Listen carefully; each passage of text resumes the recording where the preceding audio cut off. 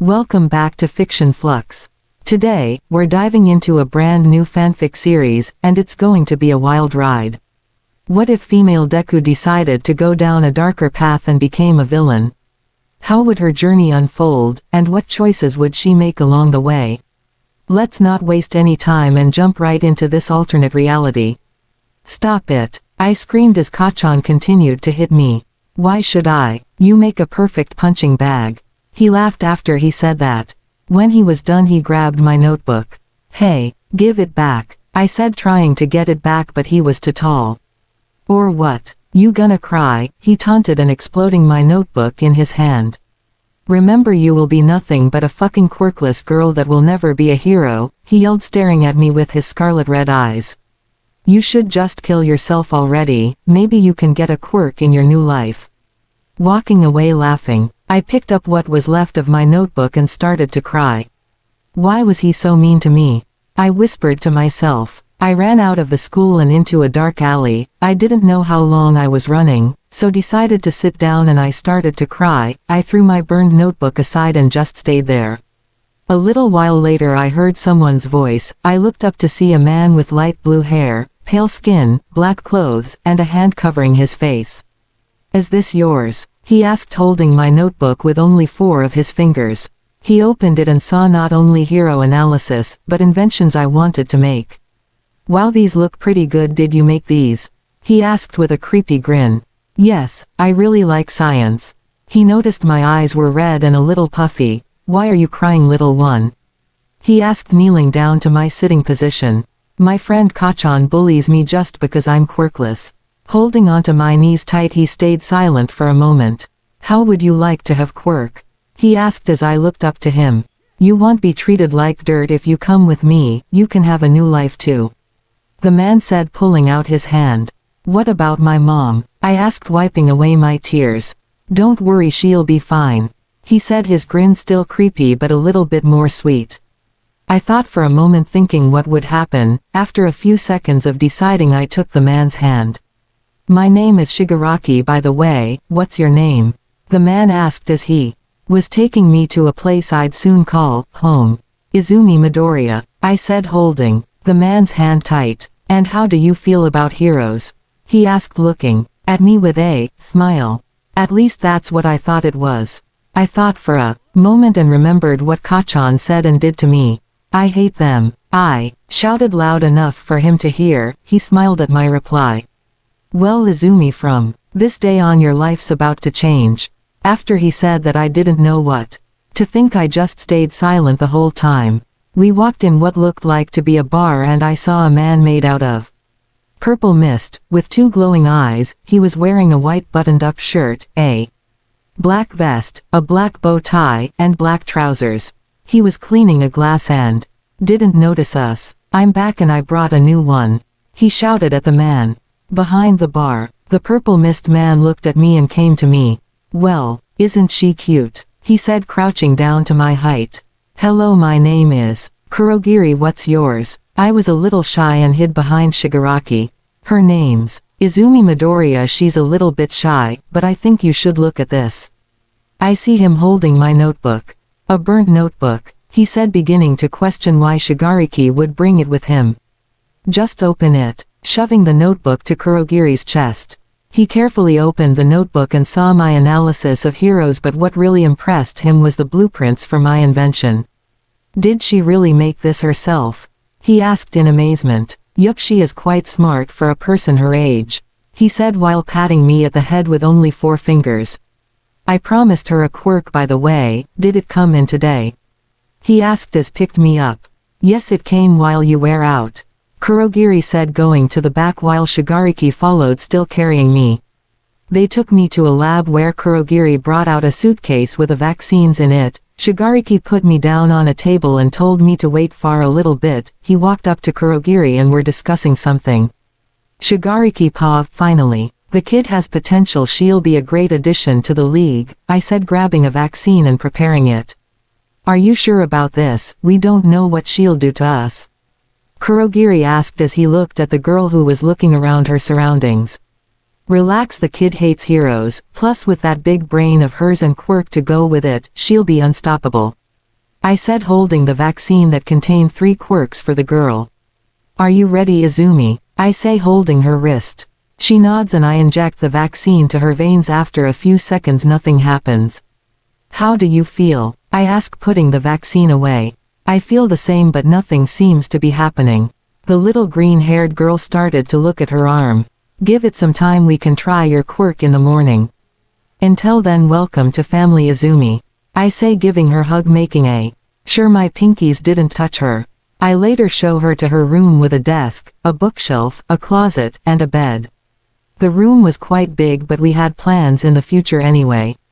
Get some rest. Tomorrow we'll practice with your quirks.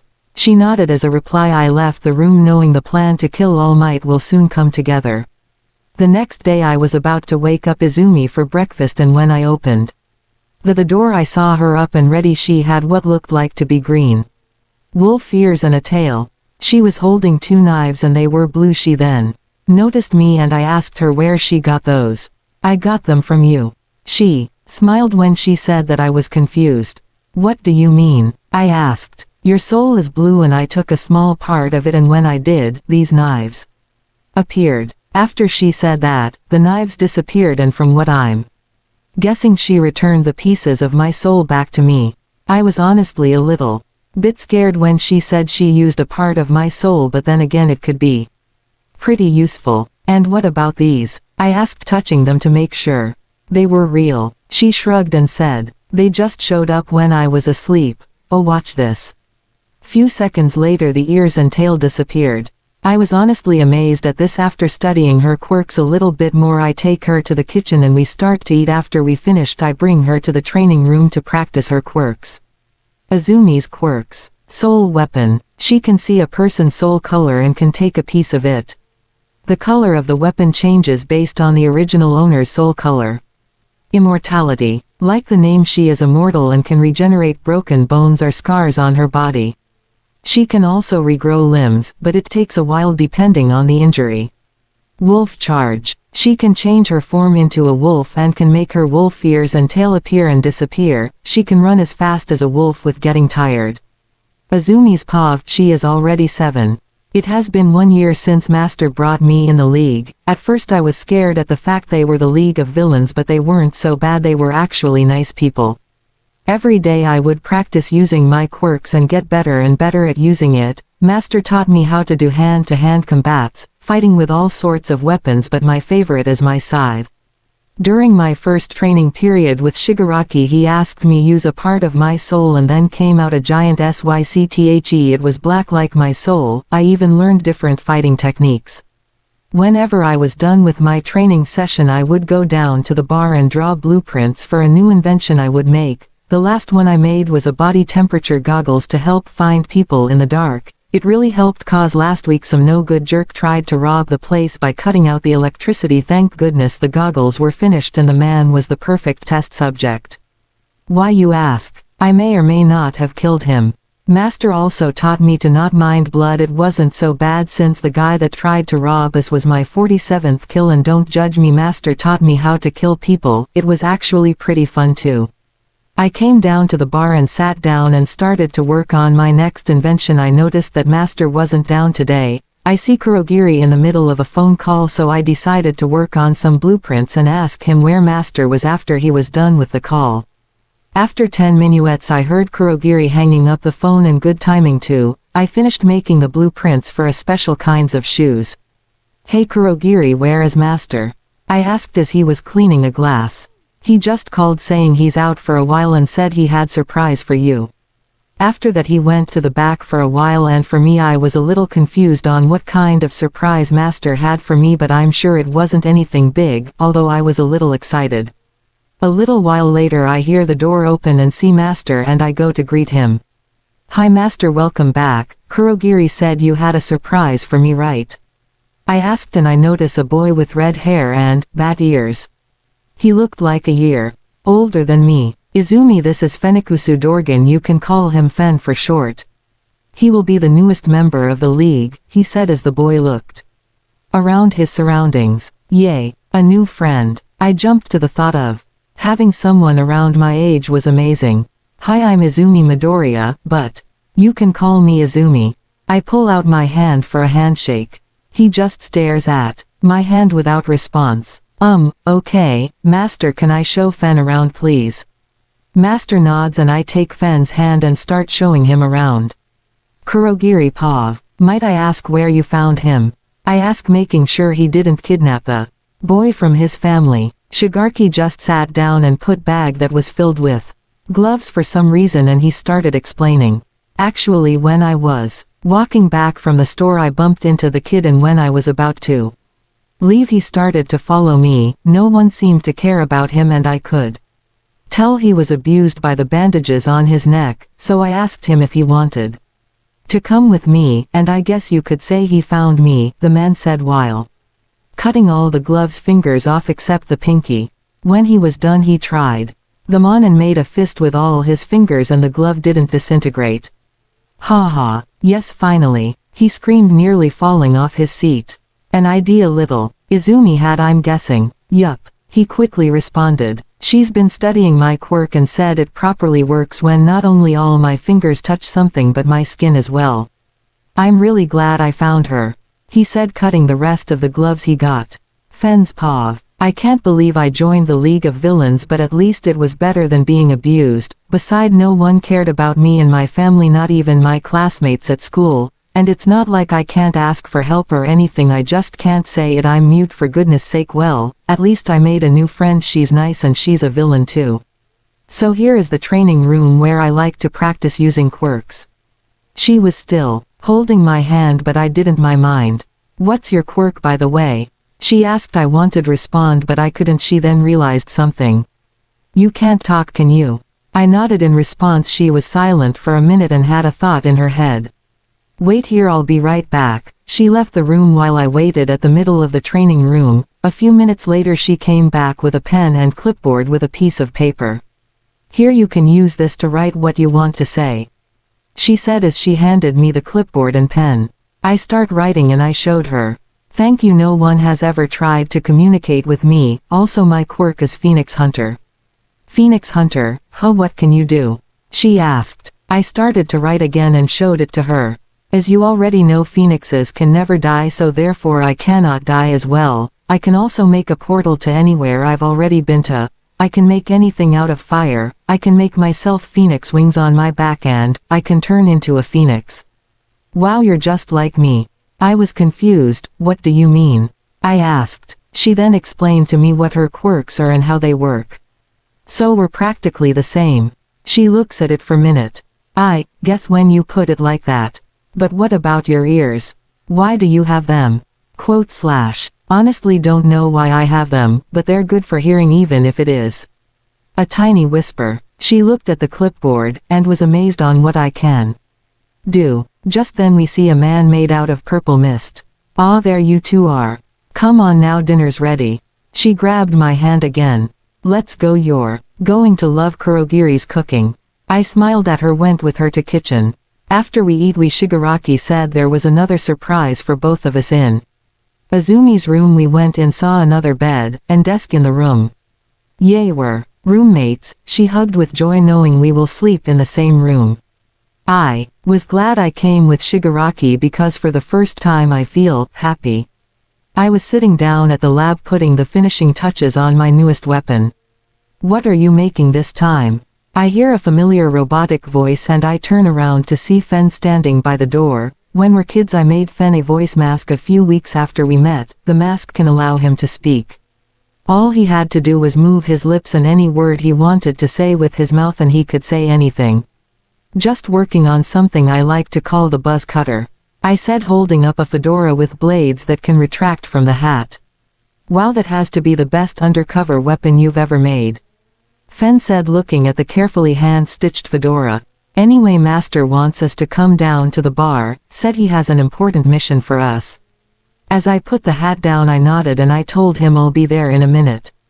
Alright, don't take too long. Teasing me a little bit, I won't. After that he left. I put away my tools away and start going down. I thought to myself, I wonder what mission we'll go on this time. Me and Fen have only been sent on stealth and kill missions. We didn't really mind it, but Master said we had to wear a mask on our faces and a hoodie at all times. We could never show our faces when we went on missions. We didn't know why, but we knew Master had a good reason. When I got down, I see Kurogiri cleaning a glass like always. Master was sitting down drinking some coffee, and Fen was sitting down watching the news. I took a seat next to Fen and I asked Master what our mission is. He stood up, started to tell us our mission. You both will be taking the UA entrance exam and infiltrate as spies. Me and Fen looked at each other and we let Master continue. During your time there you will both learn about every student's and teacher's weakness, cause when the time is right we will kill all might. The thought of killing all might made a huge grin on my face. This would also explain why Master never wanted us show our faces when we did our missions, and I couldn't help but ask. When is the exam? Tomorrow. So both of you should prepare for the exam. Me and Fen nodded to Master and we left. After we went upstairs, Fen jumped and said, I can't believe we get to go to high and get to kill All Might. Me too, I can't wait to find out everyone's weakness. I replied. I wasn't happy just because we get to kill All Might soon. But I knew Kachan would be there and I'll take this opportunity to make him pay for what he did to me. Hey Fen, let's get ready before we go to bed. I have feeling this going to be fun. He nodded in agreement and I went to the lab to get all my weapons ready, and I couldn't wait to destroy Kachan. The next day I got up and ready. I decided to wear a white shirt with me favorite black jacket, some dark blue jeans, and I put on the special boots I made. I woke up Fen and told him to get ready. I go to the lab and get a few things. I put some special gloves in my bag and a few other things with me. I go to the kitchen to get some breakfast and I see Fen making some toast. He was wearing a red hoodie with a fire print on it, a pair of sneakers, and black jeans to go with it. You want some toast? He asked. Getting 4 slices of bread, and I reply, sure, why not? After we ate we left to say bye to Master and Kurogiri. When we got there we had to ask directions on where we could take the practical exam. I trip on rock and was about to fall down when I started floating. Are you okay? Me and Fen see a girl with a round face and brown hair with rosy cheeks. Yeah, I'm good, thanks for the save. I say, still floating in the air. Can you get me down now? I ask, starting to feel a little sick. Oh right, okay, give me your hand. She grabs the tips of my finger and says, release. I then go down, landing on my feet. Thanks again for the save. What's your name? I ask nicely. My name is Ochako Uraraka. She says, pulling her hand out for a handshake. I reply while shaking her hand. Cool name. I'm Izumi Midoriya and this is my friend Fenikusu Dorgan, but you can call him Fen for short. She looked at me and Fen strangely, so I asked her a question. You're taking the entrance exam for UA, right? She looked at me with a smile. Yeah, our guy's taking it too. We reply with a nod and ask her where we could take the writing exam. She told us which way to go and we thanked her and we went our separate ways. After we were done on the written test, me and Fen changed into our track suits. I tied my hair into a ponytail. My tracksuit was black and Fen of course is red. Red is his favorite color. He was really happy when I told him his soul color is red. We bump into one of the teachers and we quickly apologize. He was wearing black clothes, and he had black long hair. The only thing that was light was his scarf. He had eye bags and looked he was tired, but we brush him off. Later Fen asked me if he could change into his phoenix form so he could take a quick rest on my shoulder. I couldn't say no, since Fen always liked sleeping on my shoulder. So I said yes. He changed into phoenix form and was perched on my shoulder. I didn't mind him doing this, even if people were giving me weird looks. I was walking to our position when I bump into someone and hear a familiar voice. Oi, watch where you fucking. He was cut off when he saw me, Deku. When I heard that name I knew who that voice was. Kachan. Wow, it's been. I got cut off when he grabbed me by the shoulders. Where have you been for the last fucking 10 years? I thought you were dead. He screamed, grabbing the attention of some people around us. Kachan, keep it down. I said, trying to calm him down a bit. It worked, but only a little bit. Answer the fucking question. I looked at his scarlet red eyes and said, That none of your business, I was safe, that's all that matters. He looked at me with anger in his eyes and what I thought, fear. Inko was heartbroken when you left, the whole neighborhood was looking for you. Even a few pro-heroes helped to look for you, even All Might joined. He lets go of my arms and noticed Fen. And what the fuck is that thing on your shoulder? He said, pointing to the bird on my shoulder. Look Kachan, I need to get to my position, and besides, why would you care about me? All you've ever done to me was bully and made fun of me. I'll see you around, I said, walking past him. Oh, and by the way, good luck, you're going to need it, I say, tilting my head to see him completely shocked, and then I left. Fen overheard our conversation and had to ask, who was that guy you were talking to? No one, just someone from my past, I say, petting him on the head. When we got to our position, Fen went back to his human form and I saw a familiar round face, and Fen and I decided to wish her good luck, but we was stopped by a boy with square glasses. May I ask where you two are going? He asked, glaring at me and Fen. I was getting a little uncomfortable with this guy with his weird glaring towards us, so I told him. We just wanted to wish Uraraka good luck, but seeing how you're glaring at us in a weird way, I think we'll just stretch our quirks. We then leave preparing our quirks. Fen brought out his phoenix wings and his flaming bow and arrows. Well, he wasn't the only one who can change their form. I put on my gloves and I bring out my wolf ears and tail. Everyone starts staring at us with their jaws dropped. All we had to do now was wait for the gates to open and the fun can start.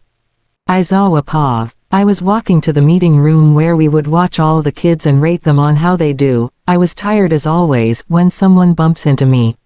Sorry about that, sir. I hear a young girl with dark green eyes. Her hair was the same color as her eyes and it was in a ponytail, and I notice there is someone beside her, a boy with red hair, with a weird mask and bat ears.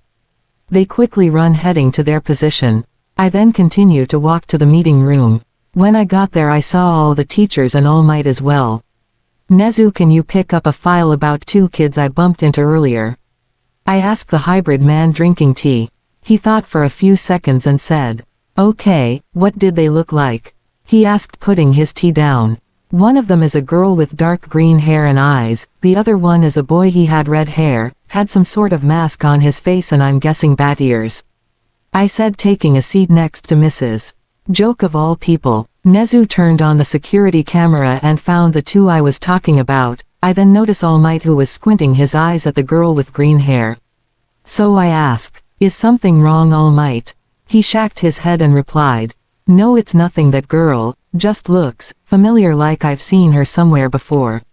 When he said that I noticed it too. Her green eyes reminded me of someone but couldn't think of anyone, mostly because I was tired, but yeah.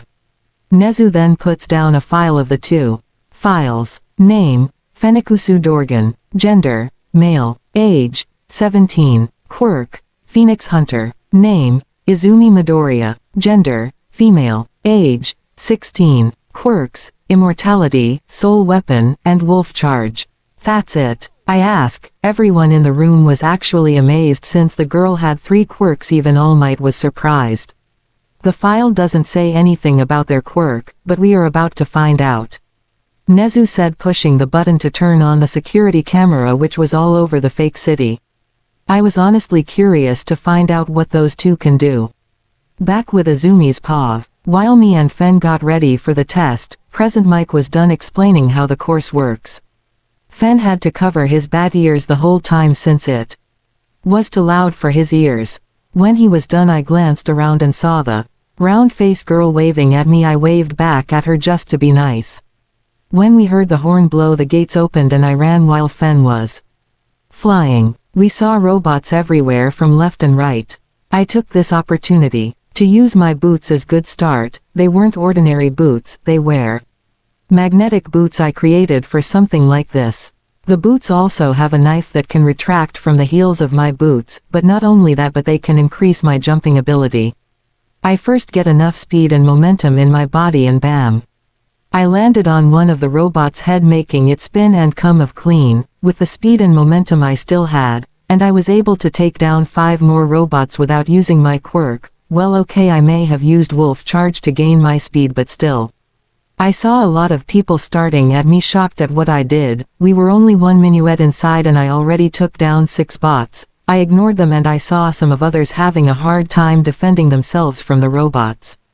I knew I need to get more points not just by getting robots but by helping people. I use wolf charge and turn into my wolf form and charge at the robot and turn into my human form again and help them up.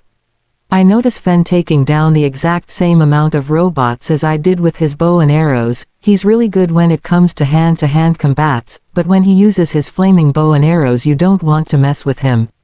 Back with the faculty. Nezu's pav. I was not expecting that. I say completely shocked and impressed. The others were silent on what Mrs. Midoriya just did. She took down 7 robots and saved 4 people without using her quirk in 1 minute she entered the field. I nearly spat out my tea when I saw her take down a robot as a wolf. Mr. Dorgan's shooting skills are quite impressive. He was able to take down 8 robots and save 4 people with just a flaming bow and arrow. Both of their skills were quite impressive, and nothing I have ever seen before. One of the faculty members finally said something. Does anyone else notice that Mrs. Midoriya and Mr. Dorgan try to stay close to each other like they're only a few feet apart from each other? I hear Mrs. Joke say as we continued to watch the two fight, but it was true when she said the two have been trying to stay close to each other. I assumed that two are very close to each other. After watching 5 minuets more, and we were all amazed when Mrs. Midoriya took down 20 more robots and saved 17 more people. As for Mr. Dorgan, he took down 19 robots and saved 24 more people.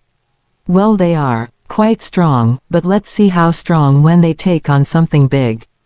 I say, pushing a red button. Back at the field, the narrator paused. The ground started to shake and everyone turned to the direction of the source. They all see a giant robot, or otherwise known as the 0-pointer. Everyone starts to run away from it. Izumi and Fen get to higher ground to get a better look at the robot. Where do you think the weak point is? Fen asked Izumi, who was wearing her goggles that can spot any kind of weakness. Then she replied, the weak point is at its neck. That thing may be worth 0 points, but at least it'll be fun to take down. Let's make sure everyone's safe first so we can make a good impression to the faculty. Fen nods in agreement and the two dash off. Meanwhile, during the middle of the 0-pointer's attack, Uraraka gets her leg stuck under the ruble and the robot's foot was about to step on her. The teachers saw this and Midnight was about to go and save her, but was too late. It already crushed her and the dust was covering the cameras. When the dust cleared off, the teachers were shocked to see Uraraka not crushed but saved by Mrs. Midoriya with giant metal hands. Izumi paused. I saw Uraraka about to get crushed by the robot's foot. Her leg was stuck under the ruble.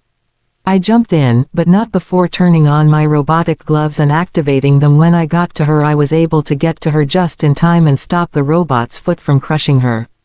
Izumi, how are you? I had to cut her off. Fight first, questions later. I can't keep this up forever, I said, holding the robot's foot and keep it from crushing us. She quickly nodded and touched the ruble that trapped her leg and they started to float. As soon as she was free, I had to call for help. Hey Fen, I could use a little help here. Screaming though the top of my lungs, he nodded and said I needed to give him 10 seconds. Uraraka, on my signal I'm going to let go of the robot's foot, I said, counting backwards in my head. She jumped and screamed, are you crazy? Trust me, I said, waiting for Fen. She nodded and in 3 seconds a portal opened and I told her to jump. She did, and the next thing I knew I was on a rooftop building. Fen was holding me in his arms and I saw Uraraka was beside him, making sure I was okay. How are you holding up so far? I asked Uraraka as I was about to stand. I'm fine, but what about you? You looked hurt back there, she said, helping me stand up. I'm okay, just a little tired. But you need to get to a safe place, Fen, and I have to take out that robot and make sure everyone else is safe. She nodded and left. As for me and Fen, we jumped back in the action and saved everyone that was in danger. When the time was just right and everyone was safe, I gave Fen the signal we made, and he grabbed my hands and started flying up in the air. When we got to the robot's weak point, Fen dropped me in mid-air and at a perfect angle, I Used Soul's weapon and used a part of my soul and brought out my SYCTHE. Which had the blades on both ends. I cut the robot's head clean off it and Fen catches me and brings me down. Everyone has their jaw dropped on what we just accomplished. Even the teachers came out to see with their own eyes. So, I guessing the exam is over? Fen asked as he put me down and helped to stand up properly cause the impact injured my leg. Yes it is, said by all, Might himself whose eyes were so wide that he couldn't blink. Would you like me to help you get to the infirmary? Present Mike asked taking a look at my leg. No, we're fine, but the other people here need medical assistance immediately and some of the other people here are still trapped somewhere, I said holding on to Fen. Present Mike nodded and some of the other teachers agreed as well, and asked the rest to help. Fen helped me walk properly and a few minutes later my leg was all better, thanks to my immortality. After that the principal allowed us to go home and rest. Due to our injuries, when we got back home, all our wounds were gone and we felt great, knowing we did a good job, and the plan will soon fall into place. And that's it for today. Thanks for watching and stay tuned for next part.